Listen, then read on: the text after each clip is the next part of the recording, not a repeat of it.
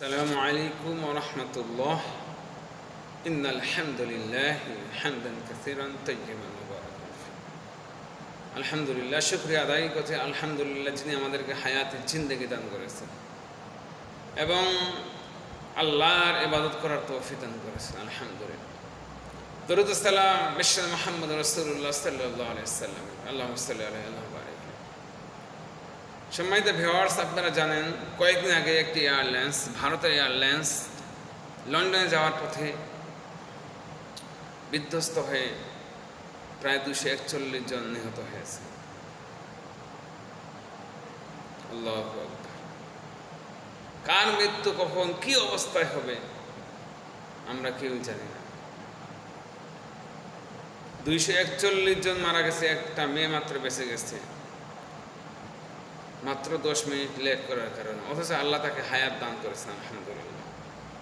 তো আহমদাবাদ বিমান দুর্ঘটনার পরে সোশ্যাল মিডিয়া জুড়ে ছড়িয়ে ছিটিয়ে পড়েছে একটি ছবি, মাঠ জুড়ে ছড়িয়ে ছিটিয়ে গেছে আছে শত শত আধা পোড়া টাকা, 500-100 টাকার বান্ডিল জ্বলন্ত ছাই হয়ে ঘাসের সঙ্গে মিশিয়ে গেছে।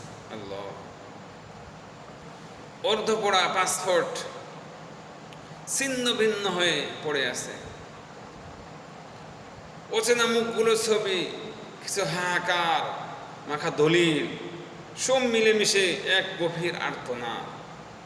এক মুহূর্তে সব থমকে গেছে, অথচ আমরা দুনিয়ায় ব্যস্ত হয়ে গেছি, খুব ব্যস্ত হয়ে গেছি, আমাদের সময় না।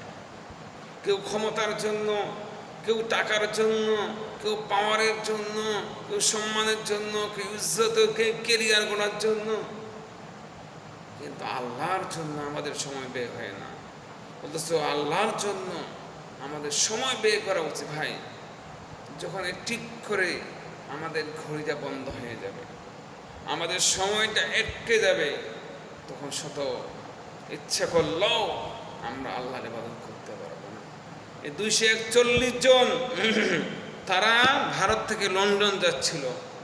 কেউ যাচ্ছিল তার স্বামীর কাছে, কেউ যাচ্ছিল চাকরি করার জন্য, কেউ যাচ্ছিল ব্যবসা করার জন্য, কেউ যাচ্ছিল এডুকেশন করার জন্য। বাট সবারই কত ইচ্ছা, কত আকাঙ্ক্ষা। লন্ডন একটা শহর যেটাকে আমরা স্বপ্ন দেখি, স্বপ্নের শহর যাকে বলা হয়, কিন্তু মিনিটে সব তছনছ হয়ে গেছে তাদের জীবন থেকে। তারা কখনো চিন্তা করেনি যে আমরা আল্লাহর কাছে চলে যাব, বিমান বাস্ট হয়ে আমরা সবাই মরে যাব, কেউ চিন্তা করেনি। যদি তারা জানতো তাহলে কেউ বিমানে উঠতো না। আল্লাহ আমাদেরকে হায়াত দিয়েছেন শুধু তার ইবাদত, তার গোলামি, তার দাসত্ব করার জন্য।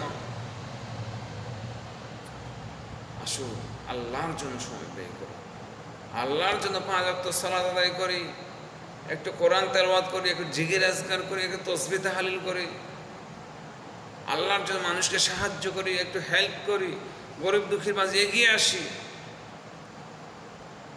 যারা অভাবে আছে তাদেরকে সহযোগিতা করি, যারা ঋণ পরিশোধ করতে পারে না তাদেরকে সাহায্য করি। এটাই আমাদের পরকালে কাজে আসবে ইনশাআল্লাহ।